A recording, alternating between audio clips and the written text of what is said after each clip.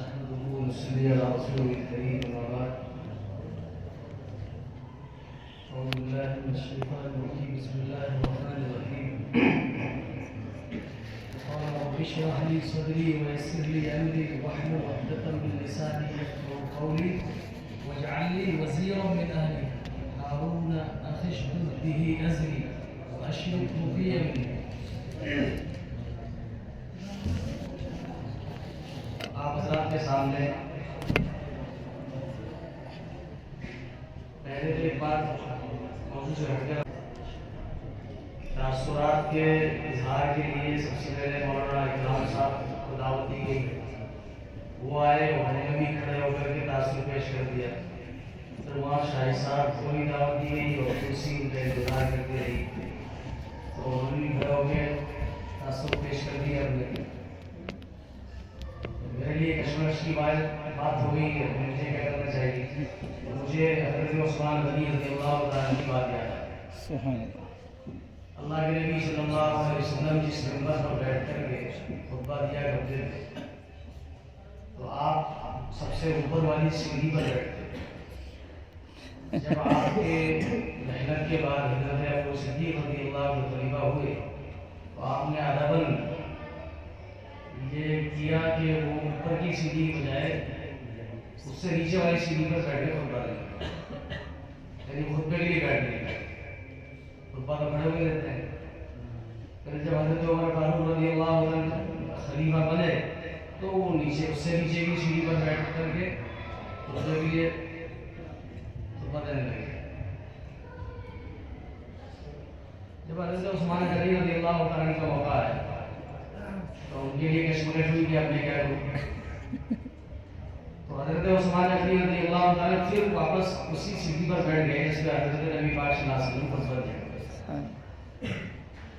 تو کسی نے اعتراض کیا کہ آپ نے جو ہے سابقین خلفائے راشدین کے خلاف کیا. تو حضرت عثمان غنی رضی اللہ عنہ نے نہیں، حضرت عثمان غنی سے یہ وہ نہیں کیا بلکہ بعد کے کسی امیر کے زمانے میں کسی آدمی نے اعتراض کیا کہ عثمان نے یہ غلط کیا. تو اس وقت کے جو بڑے عالم تھے انہوں نے یہ جواب دیا کہ اگر حضرت عثمان غنی رضی اللہ عنہ وہ عمل نہیں کرتے تو آج کے دور میں نوبت یہاں تک پہنچ جاتی کہ خطیب تو کنویں میں ہوتا اور سامعین اوپر ہوتے، سب نیچے اترتے چلے جاتے تو خطیب نیچے چلا جاتا. اس لیے کبھی کبھی جو ہے وہ تھوڑا خراب بھی کرنا پڑتا. بہرحال بات آ گئی ممبر کی، اور ممبر ہی اصل جو ہے خطاب کا مقام ہوتا ہے. ہمارے مذہب اسلام کی یہ امتیازی شان ہے، یہ امتیازی شان ہے کہ ممبر کے بغیر کوئی جامع مسجد نہیں ہوتی.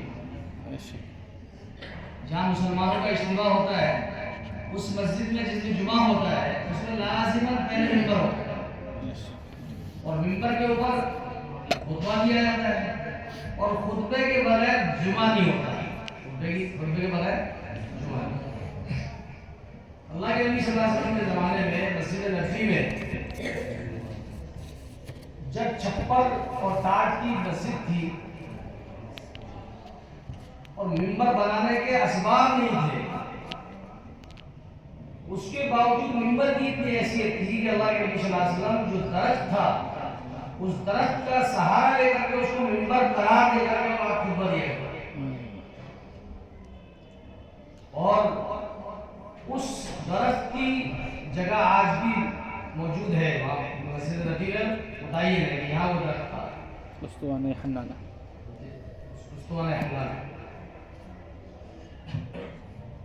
اور اللہ رب العزت نے تمام انبیاء علیہ السلام کو دنیا میں بھیجا لوگوں کی ہدایت. کوئی نبی ایسا نہیں جس کو لوگوں کو بات سمجھانا نہ آتی. اور اگر کہیں کوئی پریشانی ہے تو اس کے لیے یہ خطاب اور بات کو سمجھانے کا سلیقہ اور بات کو صاف ستھرے انداز میں کہنا تو اتنا لازمی ہے دین کے لیے کہ حضرت موسیٰ علیہ السلام یہ کہہ رہے ہیں اللہ رب العزت سے رب اشرح لی صدری ویسر لی امری واحلل عقدۃ من لسانی کہ میری زبان میں لغت ہے اس کو اللہ رب العزت کھول دیجئے. اور حضرت ہارون جو میرے بھائی ہیں مجھ سے زیادہ افصاح ہے, زیادہ بات کرنا ان کا سلیقہ ان کے پاس میں ہے, ان کی زبان کشادہ ہے, ان کو میرے ساتھ شریک کر دیجئے اپنے کام میں کہ نسبحک کثیرا ونذکرک کثیرا, تاکہ ہم آپ کی تسبیح بھی زیادہ بیان کر سکیں اور آپ کا ذکر بھی زیادہ کر سکیں. وہ ذکر سے وہ مراد نہیں ہے تسبیح پڑھنا, یعنی پوری دنیا میں اس وقت کے جو لوگ تھے ان سے ہم تیرا ذکر کروانے والے بن جائیں. تو اللہ کے نبی حضرت موسیٰ علیہ السلام نے باقاعدہ دعا کی اور اس دعا کے صدقے میں حضرت ہارون کو شریک کار ہی نہیں کیا بلکہ نبی بنا دیا گیا. سبحان اللہ, سبحان. تو خطاب بہت بڑی چیز ہے. آج کل ممبر ہمارے جو ہے وہ علماء کے خطاب سے سنے ہوتے ہیں. آج کل ہمارے ممبر علماء کے خطاب سے سنے ہو گئے, اور اس کی دو وجہ ہے. دو وجہ یہ ہے, ایک تو ہمارے دعوت کے ساتھیوں پر تقریر کا غلبہ اور دین کے پھیلانے کا غلبہ. وہ کہتے ہیں بھائی جب مولوی صاحب نہیں کرتے تو ہم کریں گے بات, اور لوگوں تک دین پہنچنا چاہیے. اور ہمارے علماء کرام جو ہے انہوں نے سوچا کیا جھگڑے میں پڑے, مطالعہ کرنا پڑے گا, کچھ دیکھنا پڑے گا, اور بغیر مطالعے کی کوئی بات کہے گا تو کسی بھی کہے گا آدمی. اس لیے ہمارے علماء کرام کو مطالعہ کرنے کا بولیے. پورے ہنڈون شہر میں, میں یہ جگہ پہ رہتا نہیں جاتا, پورے ہنڈون شہر میں ایک بھی مسجد میں کوئی امام مطالعہ کر کے میرا بیان نہیں کرتا. وہاں کے عوام کو شکایت ہے, وہاں کے پڑھے لکھے سنجیدہ لوگوں کو شکایت ہے کہ یہ ممبروں پر, اور وہاں جماعت والے بھی نہیں کرتے, ہمارے وہاں جماعت والے بھی نہیں کرتے, نہ مولوی کرتے, پورے ممبر سننے پڑے. اور ایسے کرنے کتنے شہر ہوں گے. تو خطاب یہ بنیادی ضرورت ہے دین کی, اور علماء کرام کے لیے تقریر کا آنا, تقریر کا کرنا یہ کسبی بھی ہے اور وہبی بھی ہے. وہبی کم ہے اور کسبی زیادہ ہے. کوئی خال آدمی ایسا ہوتا ہے کہ جس کو فطرتاً اور جو ہے پیدائشی طور پر اس کو یہ ملکہ نصیب ہوتا ہے کہ وہ بہترین اپنی بات کو کہہ سکتا ہے, لیکن زیادہ تر اس کے لیے پریکٹس کرنی پڑتی ہے, مشق کرنی پڑتی ہے. اور اسی کو لے کر کے تمام مدارس دنیا میں جہاں عربی درجہ کی تعلیم ہوتی ہے, یا بعض جگہوں پر عربی درجہ چاہے نہ بھی ہو, جو فکر مند کچھ حضرات ہوتے ہیں وہ اپنے مدرسوں میں اس کا انجام بناتے ہیں.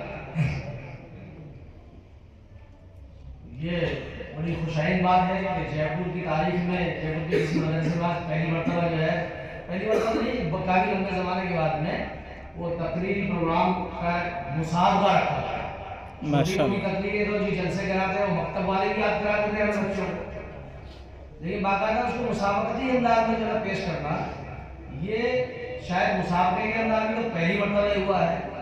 اور کوئی زمانے میں مرکز میں ہم پڑھاتے تھے, اس زمانے میں جو ہے ہمیں بھی دلچسپی تھی کہ ہمارے بچوں کو تقریر آنی چاہیے. ہم کو تو نہیں آتی لیکن بچوں کو آنی چاہیے. تو ایک جلسہ کرایا تھا, اس وقت میں ذمہ دار تیار نہیں تھے کسی بھی قیمت پر کہ ہمارے تو ہماری روش ہے ہٹ کر ایک چیز ہے مرکز کے اندر جلسے کا کیا مطلب, لیکن ہم نے بزر ہو کر کے اور پروگرام رکھوایا. اور اس میں عبدالقیوم صاحب کے والد صاحب حاجی عبدالستار صاحب, مولانا رئیس صاحب بیٹھے تھے, ان کے والد صاحب عبدالعزیز صاحب, لوگ ہمارا اچھا تھا. ان سب کو ہم نے دعوت دی, بہت سارے لوگ دعوت دی, اور وہاں پروگرام ہوا. اس میں حضرت مفتی ابرار صاحب, قاری موصوف صاحب, یہ خاص طور سے وہ طلبہ تھے جنہوں نے بہترین انداز میں تقریر کی ماشاءاللہ. اور آپ اس سے بھی اندازہ لگا سکتے ہیں کہ ہمارے جو نو فارغین اور جو 10-20 سال کے فارغین جو ہے اگر جے پور شہر میں, ان میں سے مقرروں میں کس کا نمبر ہوا ہے ہمارے شہر میں. یہ اسی کا نتیجہ ہے کہ اس وقت میں ایک بنیاد پڑ گئی تھی تقریر کرنے کی. ورنہ بعض مرتبہ صلاحیت ہوتی ہے آدمی کے اندر اور اس کو کہنا نہیں جاتا تو پھر وہ صلاحیت بھی اس کے اندر چھپی رہ جاتی ہے. اس لیے ایسا نہیں ہے کہ قاری احمد علی گجرات میں پیدا ہوئے ہیں. صحیح. قاری احمد علی یہاں بھی بچوں میں پیدا ہو سکتے ہیں. اور ایک بچہ اسی انداز کی تقریر کر رہا تھا. اور تقریر اتنا بڑا فن ہے. حضرت تھانوی رحمۃ اللہ علیہ نے بات لکھی ہے کہ دین کو پہنچانے کا سب سے مؤثر طریقہ اگر کوئی چیز ہے تو وہ واضح و خطاب. حضرت تھانوی نے لکھا ہے. اور حضرت تھانوی رحمۃ اللہ علیہ کے معمولات میں یہ بات تھی کہ آپ کا باقاعدہ چارٹ بنا ہوا تھا کہ کب تو کتاب تصنیف کرنی ہے, کب تفسیر کرنی ہے, کب جو ہے نا بچوں کو پڑھانا ہے, اور کب خانقاہ نظام ہے. اس میں ایک وقت باقاعدہ روزانہ کا آپ کا واز کا ان کو بتائیے تھا. آپ عصر کی نماز کے بعد باہر جاتے تھے اور کسی نہ کسی مقام پر طے ہو جاتا تھا, وہاں چاہے چند ہی لوگ ہوتے ان کے ساتھ واز کرتے. یہ تو انبیاء کی وراثت ہے دعوت. آپ انبیاء علیہ السلام کی تقریر قرآن میں دیکھو, سورہ نوح پڑھو. سورہ نوح میں حضرت نوح علیہ السلام کتنی لمبی تقریر کر رہے ہیں. انی دعوت قومی لیلا ونہارا فلم یزدہم دعائی الا فرارا. مزہ آتا ہے ان کی اس تقریر کو. جو آدمی تھوڑی بہت بھی عربی جانتا ہے تو وہ ان کو الفاظ کو پڑھے کہ حضرت نوح علیہ السلام نے کیسی تقریر دی.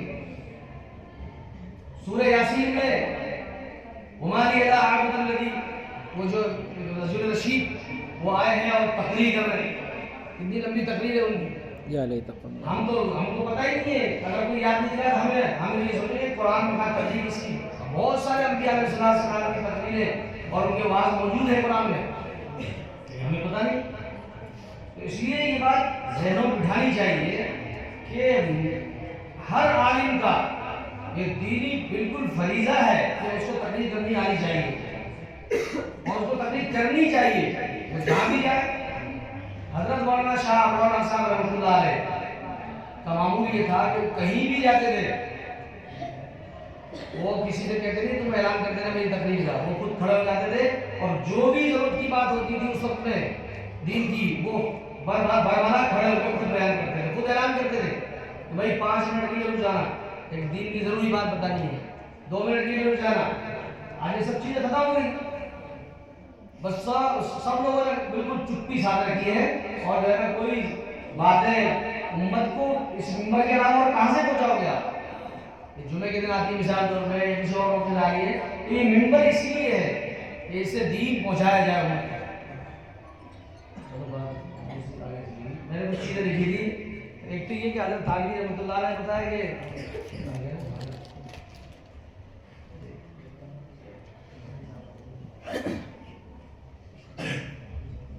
دنیاوی جو کالج اسکول وغیرہ ہوتے ہیں ان میں باقاعدہ اورل کمیونیکیشن اسکلز کا ایک ڈپارٹمنٹ ہے. یعنی تقریر کرنا, بولنا, اپنی بات کو سمجھانا, اس کے لیے باقاعدہ ڈپارٹمنٹ ہوتا ہے اور گورنمنٹ کی بھی ڈپارٹمنٹ ہے. تو یہ دنیاوی اعتبار سے اگر دیکھا جائے تو یہ بہت بڑے فائدے کی چیز ہے. جتنی بھی کمپنیاں ہیں, کال سینٹرز ہیں, ان کے جب انٹرویو ہوتے ہیں تو ان لوگوں کو سلیکٹ کیا جاتا ہے جو اپنی بات سمجھانے کا سلیقہ رکھتے ہیں. اور ان کی بڑی بڑی تنخواہیں ہوتی ہیں, 50,000 ہزار 1 لاکھ روپے تک کی تنخواہ مل جاتی ہے. اس لیے کمپنی والوں کے ساتھ آنی چاہیے جو ان کے پروڈکٹ کو بہت اچھے ڈھنگ سے لوگوں کے سامنے, ان کے گراہکوں کے سامنے رکھتے ہیں اور سمجھا رہے ہیں. تو ہمارے مدرسے میں پڑھنے والا طالب علم دین کی خدمت کے ساتھ اگر اس کو سلیقہ بولنے کا ہے, سمجھانے کا ہے, تو کسی دوسرے کام کو بھی کر سکتا ہے. اپنا اگر اس کا خود کا بزنس ہے تو اس بزنس کو بھی آگے بڑھا سکتا ہے.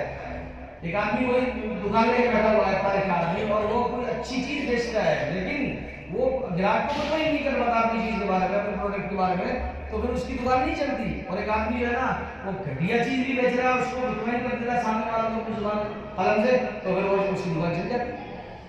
تو یہ دنیاوی اعتبار سے بھی فائدے کی چیز ہے کہ ہمارے بچے اگر اچھے بات کو سمجھانے کا سلیقہ ہے تو ان کو اور مزید مشق کرنی چاہیے. ایک مرتبہ مولانا خالد بیگ, مرزا خالد بیگ زندہ اسکول ہے نا, یہ کون سا, ہاں, وہ آئے تو ان کا پروگرام تھا. انہوں نے کہا کہ ہم لوگوں میں ایک کمی ہے. ہم مدرسوں میں جو بچے آتے ہیں ان کی ہر ایک کی الگ الگ صلاحیت ہوتی ہے. اور ہر بچے کی صلاحیت کے اکارڈنگ اور اس کے موافق ہی اس کو آگے بڑھانا چاہیے. ایک بچے کی بہت خوبصورت آواز ہے، بہت اچھی آواز ہے، اس کو زبردستی ہم مولوی بنا کے پیچھے پڑیں گے. اس کو ہم بہترین قاری بنائیں اور بہترین نعت خواں بنائیں. ایک ہی نعت کے 10,000 روپے مل جائے اس کو ہے، اس لیے سب نہیں. لیکن یہ کہ اگر کوئی بہترین نعت خواں ہے، نعت خواں سے کیا ہے آپ کو مولوی نہیں مل جائے گا مقرر، لیکن نعت خواں نہیں ملتے جلدی سے، قاری نہیں ملتے جلدی سے. تو ایک اچھی آواز والا ہے، اگر اس کی عمر ایسی ہو گئی ہے تو بجائے اس کے کہ اس کو 8 سال مولویت میں لے جانے کے لیے اس کو بہترین قاری بنایا جائے اور بنیادی شروع کے 1-2 سال مولویت کی ہو جائے تو اس کو دین کی کا صحیح علم بھی ہو جائے گا اور جو ہے بہترین قاری بھی ضرور. ایک آدمی جو ہے نا مقرر اچھا ہے اور پورا 8 سال جو ہے نا مولویت کے لگانے کے امکانات نظر نہیں آ رہے ہیں اور ابھی آپ نے دیکھ لیا کہ اس کی تقریر کرنے کا انداز اچھا ہے تو اس کو 1-2 سال میں اور مزید تقریر یاد کر. جیسے مولانا اقرار صاحب نے کہا کہ اس کے پاس کتنی تقریر ہے کا مجموعہ ہے، تو اب ایک ہی تقریر کی بجائے اس کو 2-3 مختلف موضوع میں تقریر یاد کراؤ اور اس کو بولو ایک سال کی مدرسے میں ہمارے اور رہو، ہم تم کو جو ہے اردو وغیرہ اچھی کرا دیں گے اور تم تو تقریر یاد کر کے آؤ. تو ایک ضرورت کی پوری کرنے والا ایک آدمی تیار ہوگا.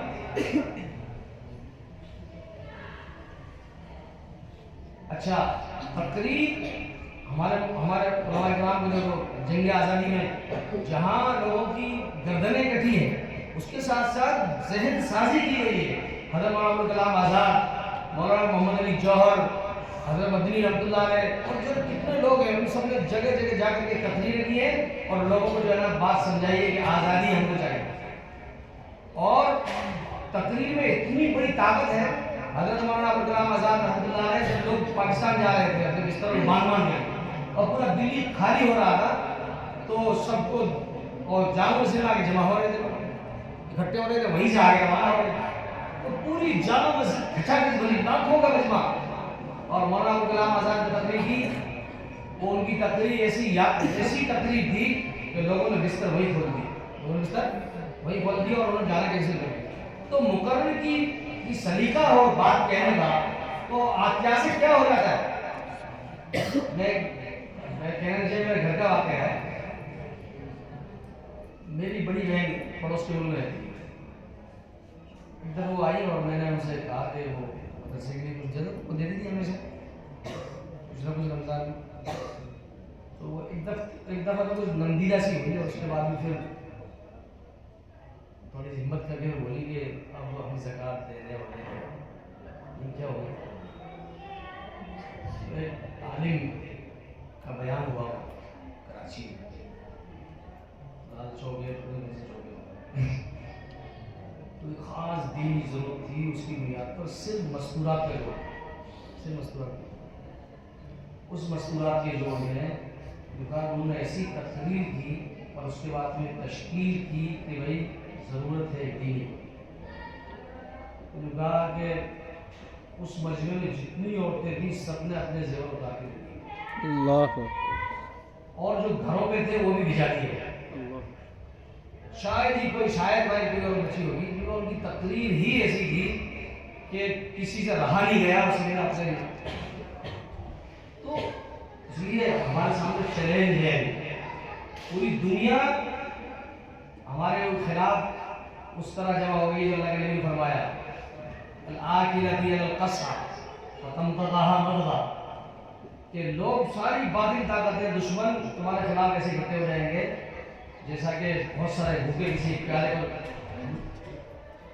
عمر پڑتے ہیں نا اس طریقے سے چٹ کر جائیں گے.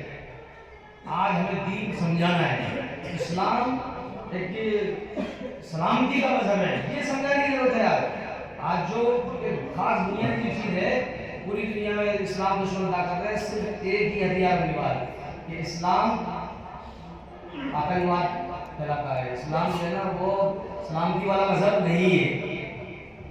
اس کو ہمیں سمجھانا ہے، لوگوں کو غیروں کو سمجھانا ہے کہ اسلام تو سلامتی کا مذہب ہے. سمجھانا زبان سے نہیں آ رہا. تو تقریر کی ضرورت پہلے جتنی تھی اس سے لاکھ گنا اب زیادہ ہے.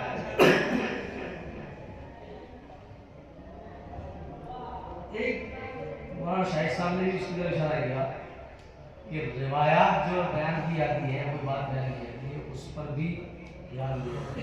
میں بہت ہم اس میں بھی شامل ہیں. ہم لوگوں کی سب مدرسے والا کمزوری چلی ہے کہ جہاں جاری مدرسوں کے انجمن کے نظام ہے وہ اب سے 25-30 سال پہلے کچھ لوگوں نے کچھ تقریبی چھوٹی چھوٹی کتابیں مرتب کر کے چھپوائی اور وہ کتابیں کن کی تھی معلوم ہے؟ مولانا محمد علی جوہر کی نہیں تھی, مولانا کلام آزاد کی نہیں تھی.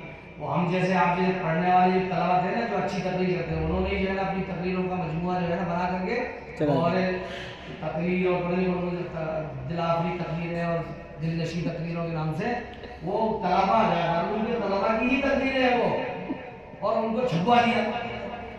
اب وہ ساری امت سارے مدرسوں والے صرف انہی تقریر کی کتابوں پر تکیہ کر کے بیٹھے ہوئے ہیں اور وہی چھپ رہی ہے اور وہی ہماری انجمن والی ہے. کسی بھی مدرسے میں چلے جاؤ توحید پر تقریر یہاں جو سنیں گے آپ وہی بات مکے میں سن لو گے, وہی قدرت میں سن لو گے.